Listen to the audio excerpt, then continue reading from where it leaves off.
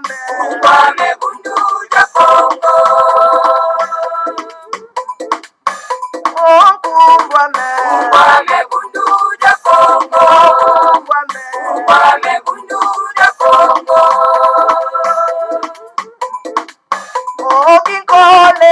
Kole ku Kongo ya mwenyikyo.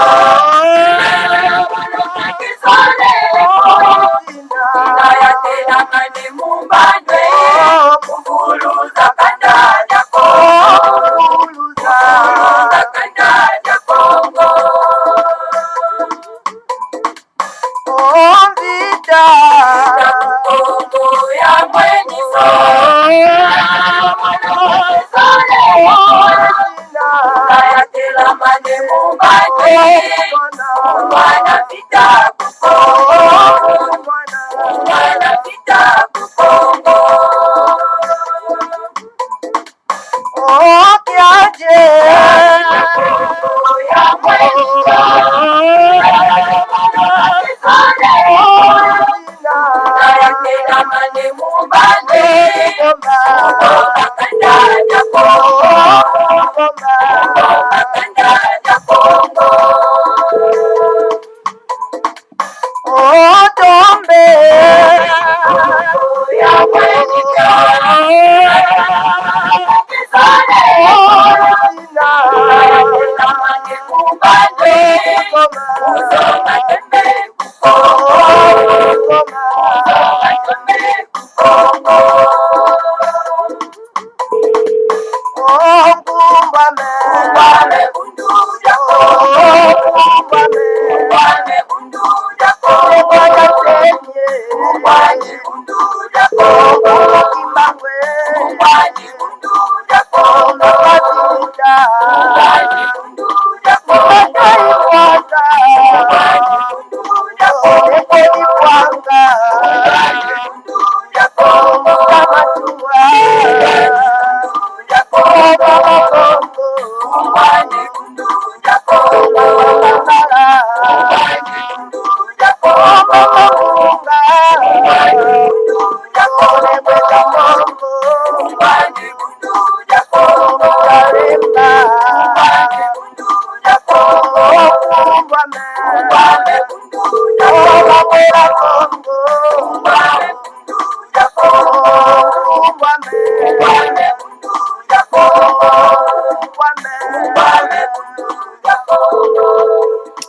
Matondo mingi bamama batata bandeko balandi ya Congo bololo kumbwame bundu dia Congo talabiso wana toye encore une fois de plus en tout cas na tongo ya lelo ndenge to prometaki bino en tout cas bamama batata bandeko balandi ya Congo bololo toye lisusu pona ete tokoka solo pena en tout cas kosilisa manaka mabiso tozalaki na ngolobi. Alors, il y a solo pena en tout cas lelo ezali mokolo mwa mine ya mposo. Mokolo mwa tuku misato ya sanza ya libwa, mobu ya koto mibale na tuku mibale na moko, tokomi bongo na ngonga ya zomi na moko na miniti tuku mibale na libwa, engi koloba kaka ngonga ya zomi na moko na miniti tuku mibale na libwa, parce que tozali sima ya nzanga te. Alors, bama batata bandeko balandi ya Congo bololo, en tout cas, tokokenda solo pena en tout cas na mboka mokonzi Kinshasa, epa wapi en tout cas tokokutana solo pena en tout cas na mbuta na biso mbuta mambote, tomikana okotuna solo pena mwa information en tout cas kuna na kati na mboka ya Mpumbu pe na kati na mboka ya Congo dia kati. Alors na yango bama batata bandeko topesi nano bino banso bayengi. Bambote pe balosako na bino bonso ezali wa bino molobeli mbuta bopele bobala elingi koloba malamu koloba. Alors bama batata bandeko balandi ya Congo bololo avant que tokoka solo pena en tout cas kobana manaka mabiso parce que tozali kobenga solo pena en tout cas mbuta mambote akoka ko rejoindre biso na kati na studio.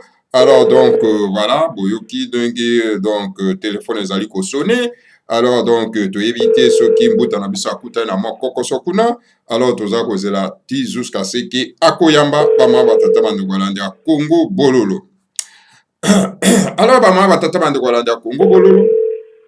Boyebi très bien que les grands maîtres de Mandat Semi donc azali ko solliciter donc akoka kozwa poste ya gouverneur ya Congo central et pas wapi en tout cas boyebi très bien que ndeko na biso tobengi en tout cas Matu Bwana donc ye balongola qui est na poste ya gouverneur à cause n'est-ce pas ya mégestion na ye na tête ya Congo central. Alors yango en tout cas poste ya gouverneur ezali vraiment vacant. Alors esengeli sikoyo moto moko akoka kozwa contrôle na yango bama batata bande walanda ya Congo bololo.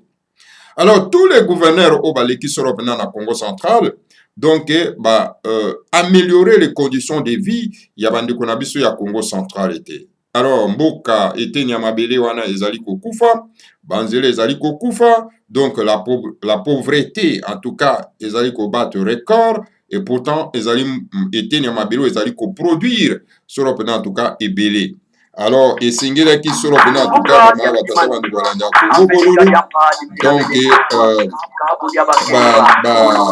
bande kona biso bakoka solo pena en tout cas ko améliorer les conditions de vie ya bande kona biso wana bama batata bande kolanda Congo bola. Alors sans plus tarder to kenera ne pas ya ndeko oyo azali ko benga biso peut-être alingi ko participer na kati na émission oyo tozali ko sala lelo bama batata bande ko tokoka kotala soki akoki ko rejoindre biso. Alors mbuta nayebi te soki obengi biso koka ko rejoindre biso na kati ya émission alors topesi yo nano bayenge bambote mpe balosako na yo. Alors mbuta lukeni est-ce que ozali koyoka biso? Alors mbuta lukeni est-ce que ozali koyoka biso mbuta meka kofungula micro o répondre olobi boni? Mbuta lukeni alors mbuta lukeni aza na problème donc voilà je crois que peut-être il n'a pas l'envie à rejoindre biso bama batata bande koto mikana no ko relancer encore appel tokoka kokutana mbuta mambote soki a ko répondre parce que tozana bango tout simplement pour 30 minutes seulement ma tata bande kolanda Congo bolo. Alors ndenge na banda ikoloba ma tata bande kolanda Congo bololo donc gouverneur nyonso tout oyo baleki na kati ya Congo central donc améliorer les conditions de vie ya bande kona biso ya Congo ya katité.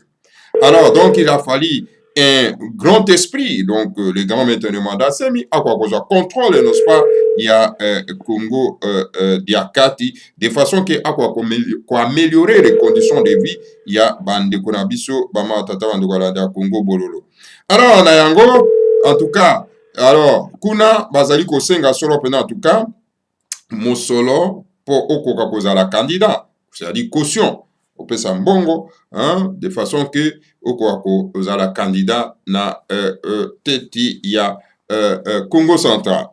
Alors vous savez très bien mama tata bande kolandia Congo bololo le grand maître Nemanda Nsemi donc tout mon ensemble il ne travaille pas alors il n'a pas ces moyens là il a coupé sa caution ou il a montant à $5,000 $5,000. Et c'est pour cette raison le grand maître de Mandasem a sali recours sur en tout cas na baimboka, c'est-à-dire que na ba membre ya bundu dia mayala pe ba adepte ya bundu dia Congo pour te ba ko sur en tout cas pour participer en tout cas na effort wana ya ko pesa mbongo wana ya caution pour que akwa kozala candidat na province ya Congo central. Donc voilà, bama watata bande kolanda Congo bololo.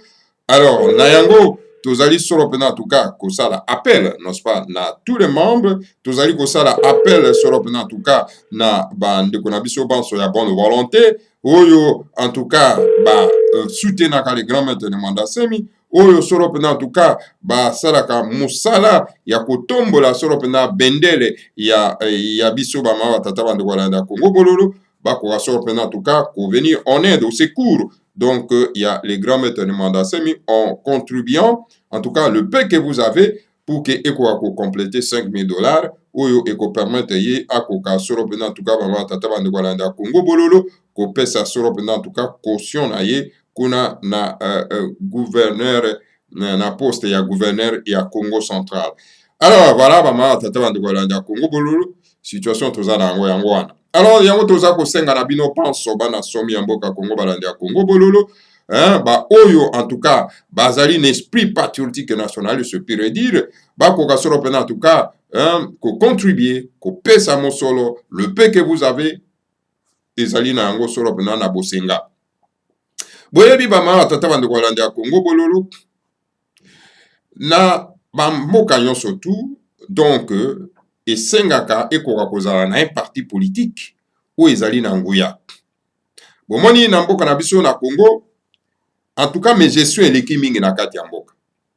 Eza kosenga sikoyo donc na bandeko na biso bakoka kotala nani oyo akoki kotambwisa solo pena en tout cas mboka pour que mes gestion ekwa kosila. Boyebi très bien lokola mes gestion eza na kati ya mboka. Il faut un bon parti politique oyo ezali ko défendre oyo ezali ko combattre ba mes gestion wana.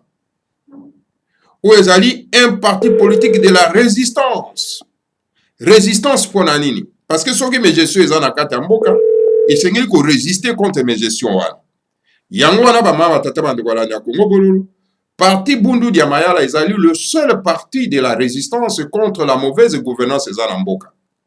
Alors na yango pour que to constituer une force, il y a ko défendre en tout cas ko combattre la mégestion wana esengeli donc tozala donc to soutenir les partis politiques wana. Et les partis politiques wa Bundu dia Mayala boyebi très bien que ba pesa ka yango ba moyen oyo ko permettre yango ko kosala musala te. Ba combattre ka yango. Lokola ba combataka yango eza lisusu eza na ba moyens financiers te. Alors esengeli sikoyo biso tokoka ko aider parti wana pour que ekoka kosala mosala yango ya ko résister contre la mauvaise gouvernance eza na kati ya mboka. Alors na yango ba mama tata bandeko esengeli ko s'adhérer massivement. Yango toza kosenga na bino ko s'adhérer massivement na kati ya parti Bundu dia Mayala. Il est le seul unique parti politique oyo ekomema biso na bonne gouvernance, na gestion ya mboka ya malamu. Et que nous avons qu'un seul leader ou azali capable ya ko renverser en tout cas les vapeurs. Alors les grands maîtres de Mandasemi. Alors pourquoi mboka wana la République démocratique du Congo a besoin, il y a une personne dotée de valeurs morales et spirituelles. Donc c'est le seul les grands maîtres de Mandasemi. Et quand on parle de valeurs morales et spirituelles, on ne fait pas allusion à la spiritualité à Bapaye. Na spiritualité ancestrale na biso. Et par spiritualité ancestrale na biso, eza kotinda na bato, baza na bobangi, donc ya tatanzamba ponctulendo. Alors donc, na kati ya mboka na biso, tozaka na moto moko, le grand maître de Mandasemi. Alors soki to lingi mboka to libéré yango, esengeli to soutenir le grand maître de Mandasemi, esengeli to s'adhérer massivement na kati ya Bundu dia Mayala, de façon que et constituer une force où et pas wapi ko renverser tendance. Alors, le grand maître de Mandasemi sollicite donc poste ya gouverneur pour être akwa gouverneur na Congo central. Et na kokoma na gouverneur na kati ya Congo central, donc e kokoma modèle pour na ba province nyonso. Ba province nyonso kolanda modèle wana. Alors na tango wana ba gestion, le bon de gouvernance et kubanda siko kokota na ba province nyonso tout to kotombola mboka. Voilà ce qui tozo zonga sima parce que à cause na bino boza ko comprendre de l'autre côté. Alors na yango ba mamba tata bandeko sengeli média oyo ezali ko promouvoir en tout cas ko informer, ko gavariser la foule pour que ba comprendre bonne direction ezali wapi. Donc Bundu dia Congo est là pona ko tombola solo en tout cas moral na biso. Alors Bundu Congo bolopé ezali wana pona ko informer bande ko na biso ba ma tata bande ko landa Congo. Sans plus tarder donc namoni mbuta na biso mbuta mambote à côté parce que lobi tozaki na likama moko monene to sali na émission mais à la fin donc son équité panne technique. Ya otolobaki ke senge to reprendre lelo poto koka solo pena ko yeba mai mazali ko lika solo pena na kati ya Palais Royal to yeba ndenge nini en tout cas le grand maître de Mandasemi moral na ye ndenge ezali na poste wana ye alingi ko briguer ya gouverneur ya Congo central. Peto yeba en tout cas kuna na Congo central est-ce que population ba cueillir en tout cas likambo wana ndenge nini il y a que les grands maîtres de Mandasé, mais à comme en tout cas, gouverneur et à Congo central. Sans plus tarder, Token n'est pas en Boutamambote, ou Azali beaucoup plus proche, en tout cas, il y a le grand maître de Mandasé, mais Azali toujours à côté à les grands maîtres de Mandasé, parce que toujours à Billy de Mingi, à travers il y a moi, to zuye nano, to mekanano kotuna nano, moi, question mouke, après ça, non, biso ambiance ko ezali ko régner kuna bama tata bande ko landa Congo bolo. Bolim bisi pona ndenge incident ne salama kilobi bama tata bande ko tokena rombango na mboka ya Pumbu donc na Kinshasa. Alors mbuta mambote ba yenge ba mbote pe ba losako na kuna na mboka ya mokonzi Kinshasa. Matondo kulutu mbuta bopele upala. Eloka liboso tekla mwana Kongo ka bakampofa vayutira bantu ya ndipinda mane mukisonga ngai na zingi kumi presente nazana luvila nini kombo na ngai nema mbote batanga toma same vuidi muvila kimpalanga ngudiame vuidi muvila kindamba isavo be mpalanga damba kwame bambute bayaya yenge keno matondo mingi na niveau ya makambo tozana ngo ya Congo Central,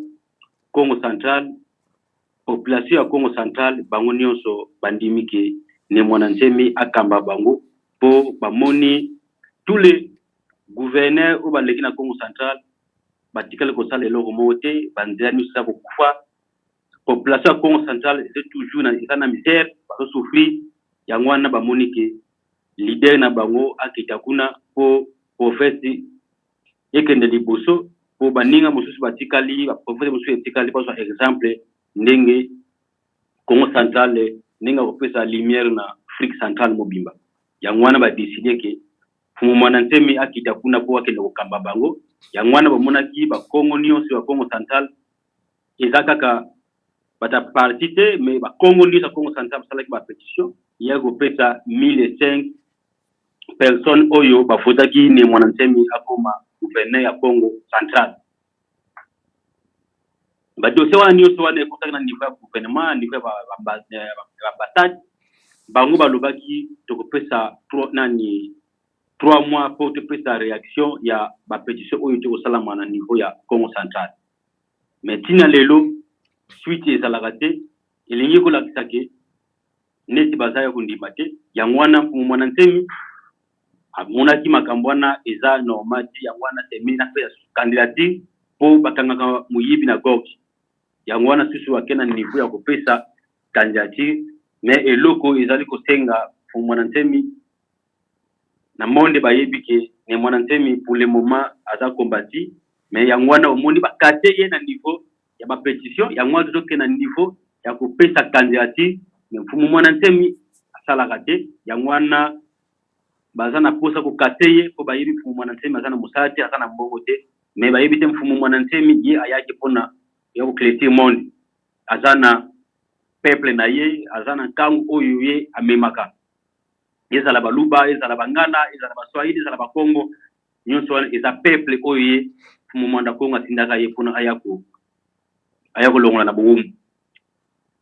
yangwana ezo kusenga ezala bakongo ezala bangala ezala baswahili ezala baluba mtu nyonso oyo aza taya kusunga mfumu mwana ntemi aza wana yangwana batiaki nga place wana pona kozwaka bambongo nyonso wana ezokuta bisika nyonso po mfumu mwana ntemi aza na posa mutu tu azotinda mbongo na ye ekoma na maboko na ye ere mutu wana tindi mbongo na ye asana droit ya kosolola mwana ntemi po tolingi susika makambo ya cash sute mutu atindi mbongo na ye fo asana esengo mbongo na ye ekomi pa mfumu mwana ntemi na ndenge esengeli ayoki voix ya mfumu mwana ntemi po asala député apesa exemple na baninga o batikali oyo basa na susi wana ke turo penza mbongo na biso eza susu ba media ka to ezo kinde faire pa mfumu mwana ntemi yangwana nde na yoko beta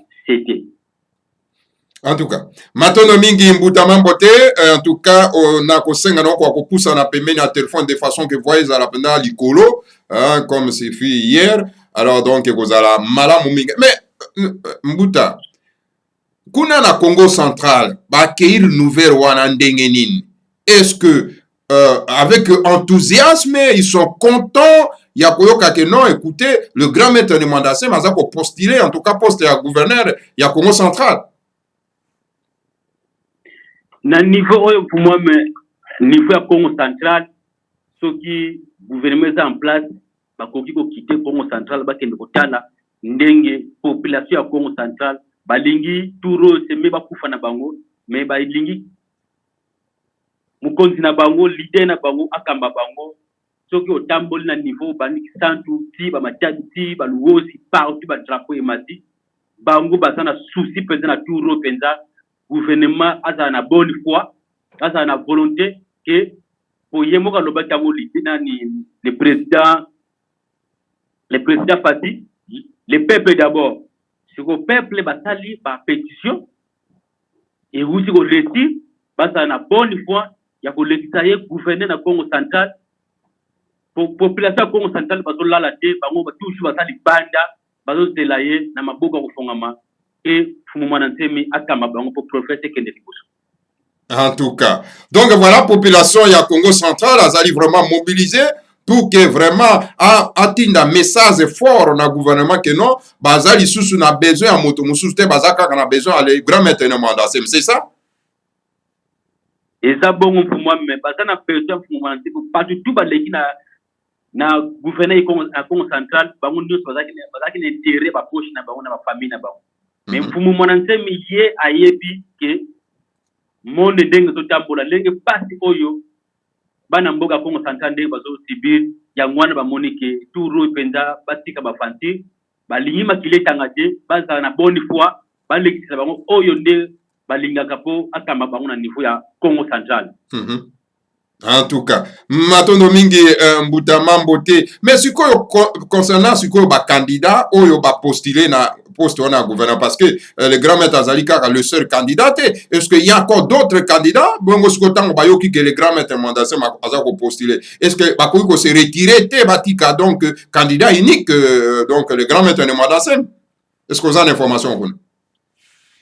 Batu oyo ba pesi ba candidature na niveau ya gouverneur ya Congo central bango bayebi ke mfumu mwana ntemi atakaka azoko intérêt kaka na ba pétition mais eloko nde sikoyo ekesala bango ke oui mfumu mwana ntemi apesi candidature ya mwana komona ba député nyonso o ba pesi na niveau ya du gouverneur bango nyonso bako retirer bambong na bango bako retirer ba dossier na bango o bako kokosa na niveau ya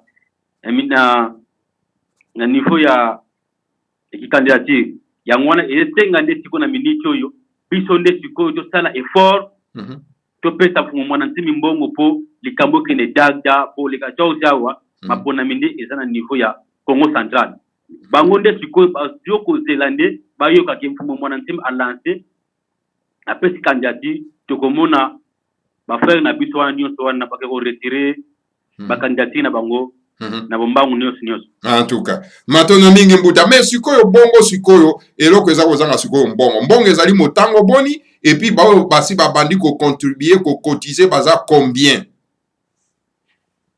Matondo mingi batu oyo babandi ko pesa deja mbongo neti na niveau ya Londres ya desuwa na mobali na ye mbuta Lukesa bazana zikwa ya vita kimpa bango ba décider batindaki $1000 na bango na wuto ozango pe kala mingi te awa delo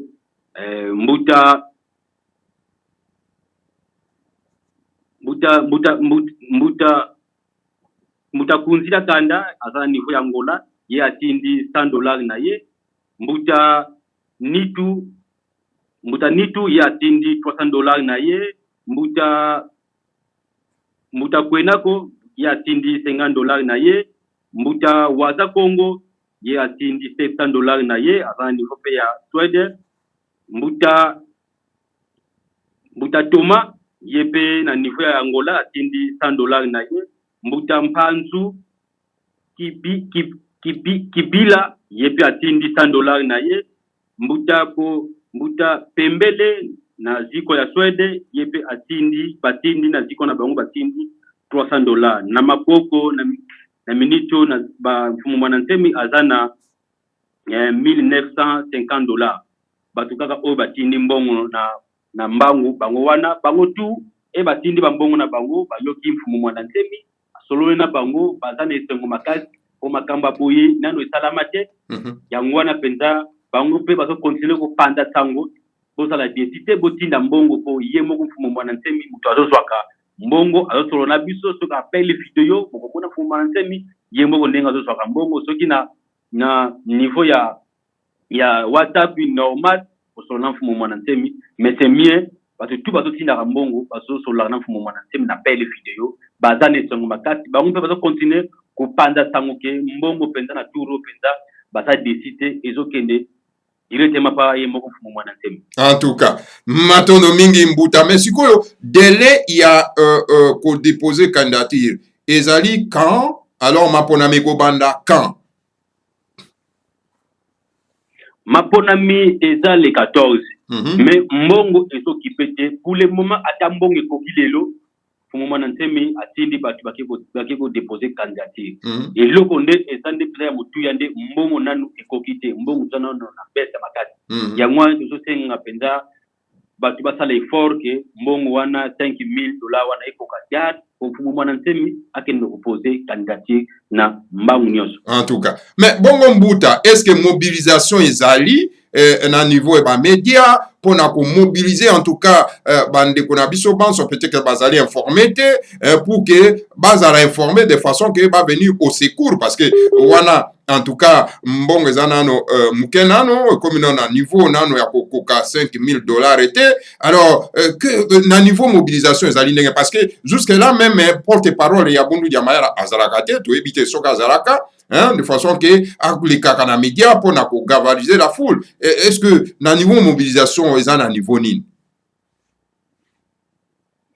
Na niveau ya mobilisation ba kontra bitu bazali poso po na yebite makamba soki bomoni mfumu mwanantemi atindi ngai teki po tolingi koloba makambo ebele te yango wana batenga wana po neti ndenge yemoko mfumu mwanantemi alobaka yo za mende soki olobi likambo wana ekendaka mbala moko yango wana ngade mutu nde mutu na osala batravail nyonso wana tozoyeba te ke bakontina biso bango nde kutu bakozala kutu mpenza fidélité mpenza ogide ya kobeta liboko na mesa ke likambo eyokana mais soki nazwaki effort wana te makambo mpenza eza ya kolala yango wana mfumu mwanantemi atindikaki ngai sala mosala po likambo oyo ekende mpenza rapidement yango wana nazwaki base de commandement eti bambuta nyonso baza na lingomba. En tout cas vraiment matondo mingi mais sikoyo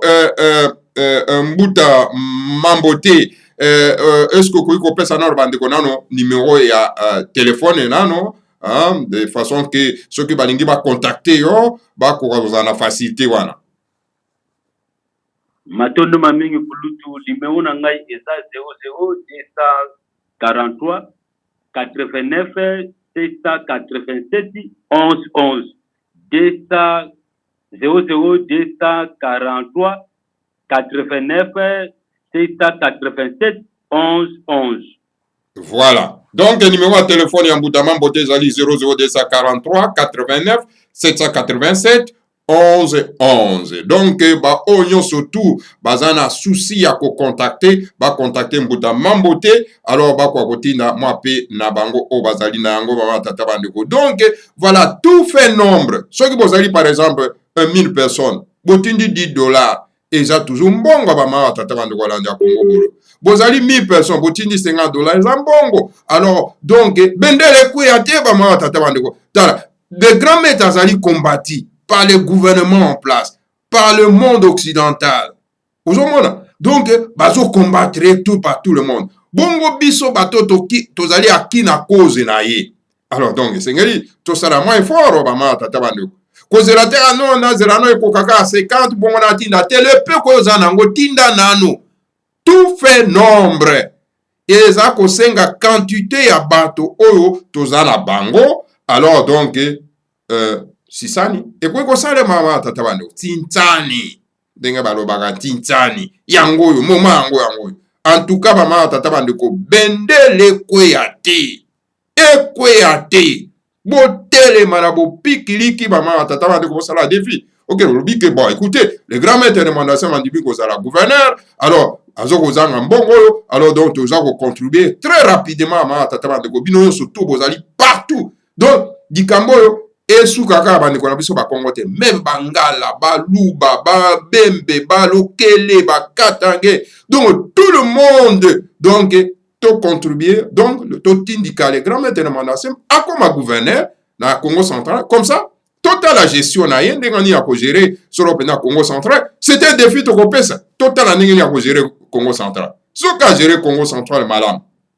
eke ekomi modele mpo na baprovince nyonso tu ezali sengo na biso. Vous voyez maman tata bandeko parce que mes gestion yango esalaka ezokosa baantivaleur baantivaleur wana baprovince nyonso tu ezokopie baantivaleur ok bavaleur ya malamu soki ekoti na mwa na place songolo na province songolo sikoyo ekoya sikoyo kokota na baprovince mosusu bakopie bavaleur wana sikoyo totomboli ete na biso mabele mbala moko maman tata bandeko walanda Congo bololo. Donc voilà bo précipité parce que yoki candidature donc vote ekosalema le 14 octobre lelo toza le 13 donc totika na 14 jours seulement mama tata bandeko walanda Congo bololo.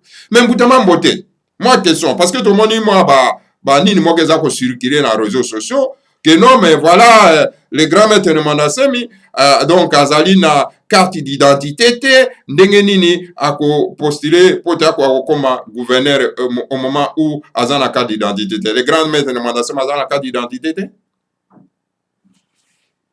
makambo wana eza lokuta carte d'identité ezali aza nango kutu soki mpe bakolinga mpe na kozanga mpe photo na tindeli bango mais carte d'identité fumu mwana nsemi aza nango wana eza makambo lokuta kulutu na kuti mpe kobosa na mpona mbongo totali eza $2,600 po mbongo ya waza kongo nde yango wana bosa na kotia na carte total eza $2,650. Voilà. En tout cas matono mingi boyoki bino moko donc moi ba texte ezali ko circuler na kati ya réseau ezali texte ya bambwaza ntatu musana bango donc koya kobebisa image ya le grand maître de Mandasemi webi kombo toza ko meneza komba moko dire il faut ko telema na bopiki ke bele basi bakwei bazokoka kotelema te yango wana le grand maître de Mandasemi alobaki ke omoni bao toza na bango awa na 1985 si je m'abuse pas omoni bao toza na bango te tokokoma na bango na suka ya bitumba ya bango te tokolibere na bango mboka ebele bakokwea balobi bobina te bomera te. Alors omoni bato bameli deza longwila batikali par terre bakwei bazokoka kotelema te botelema Congo bololo ezotelemisa bino botelema mais non le combat atala Congo bololo akweyaka te aza toujours debout. Voilà bama tata bandeko toza ko exhorter bino botelema alors botia mosolo na bino tintani mbongo bendele kweya te ndeko kozela te ko bino na kokisa €100 te na kokisa $100 te 50 noza nango wana tinda mbala moko $20 noza tinda soki boza déjà 1000 personnes botindi $20 c'est beaucoup d'argent. Voilà bama batata bandeko landa Congo bolo tozwa temps ebelete donc yango tongaki ko solo pena en tout cas ko tali sabino alors donc boyoki la transparence oyo mbutama mbote apesi awa mama tata bandeko donc bobanga te mbongo na bino kokoma très bien sans problème bama tata bandeko landa Congo bolo. Alors mbutama mbote to komi na suka vraiment nakani cette fois-ci ça sera la bonne hein. Tout cause sous na problème ndenge ezalaki lobi te. Alors je crois que ezali pe mbala suka te alors pour la première fois les kanakati ya Congo bololo donc voilà Congo bololo donc ebomara yango bato te mende etelmisaka bato solo penda na kati ya bopikiliki mbutama mbote bato epesa melio liobano asu matondo mamingi mbutabo pele popala tosengi kaka penza tozala penza lino et la force pour gouvernement oyo pe ayoka soni tosala effort wana penza amona ke mwana temi ayaki pona biso nyonso ba noir tosala penza effort toujours effort po idée na biso azwa pe force po apesa candidature makambo tu etikali na mutu na ye ayebi esika okende kobeta po ke candidature na ye ekende abima muta liboso nasengi kaka badepute ya Congo Central ata bole bakaniaka na bino ata bozwi mbongo na bino eza mbongo ya mboka bole yango me bino nyonso fidélité au guide bopote fumu mwana ntemi po abata pe babien na bino abata pe tika tu bozali wana po feza Congo Central ekende liboso po bapesa bino pe situ supe na Congo Central yango na beti penza tete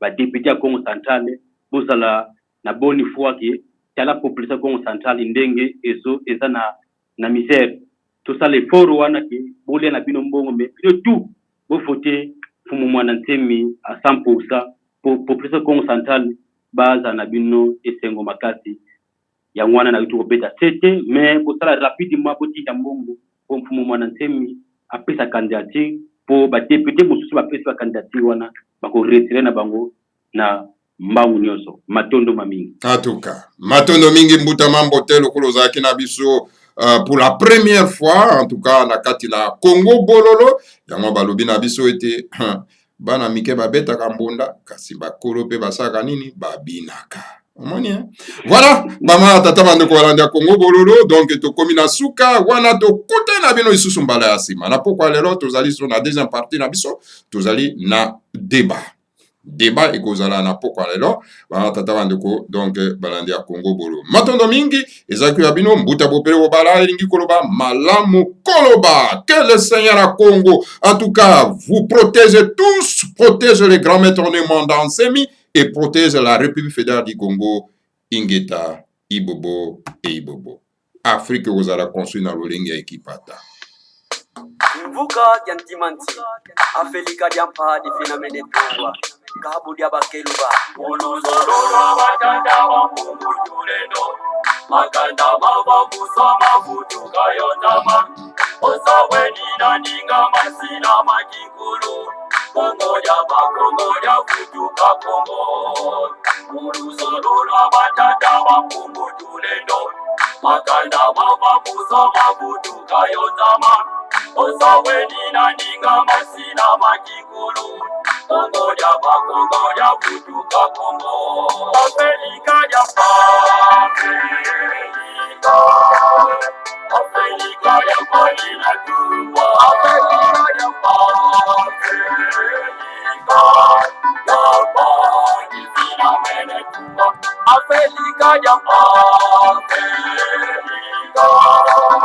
Afrika ya Palina Tumba Afrika ya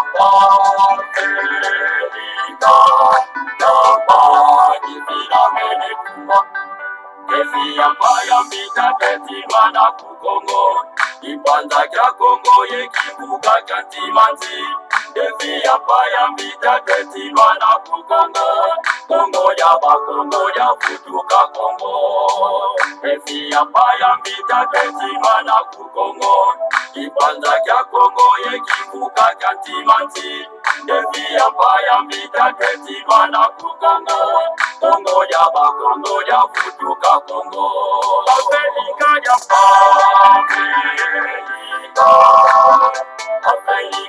Palina Tumba Afrika ya Palina Mene Tumba Afrika ya Afrika ya Palina Tumba Afrika ya Palina Mene Tumba Zakuza kuna tatuza sosira katulwa Uluzololwa batata mafungu tulendo Siku mira zone za kwanza zinatungwa Yefuka na ukifuka kyantimati Zakuza kuna tatuza sosira katulwa Uluzololwa batata mafungu tulendo Siku mira zone za kwanza zinatungwa Yefuka na ukifuka kyantimati Afrika ya Afrika jambo linatungwa. Afrika jambo. Afrika jambo linatungwa. Afrika jambo.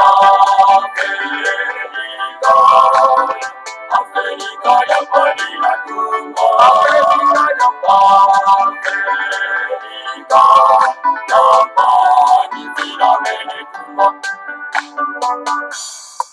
Siku minazole za kwanza zinatungwa Kongo kwimaka ngubengela kuvanguza mi Oyo makajanga kivu bangi chwapa Kasaimu kivuka kyantimati Siku minazole za kwanza zinatungwa Kongo kwimaka ngubengela kuvanguza mi Oyo makajanga kivu bangi chwapa Kasaimu kivuka kyantimati Afrika ya Afrika ya polina tuwa Afrika ya polina mene tuwa Afrika ya Afrika ya polina tuwa Afrika ya polina mene tuwa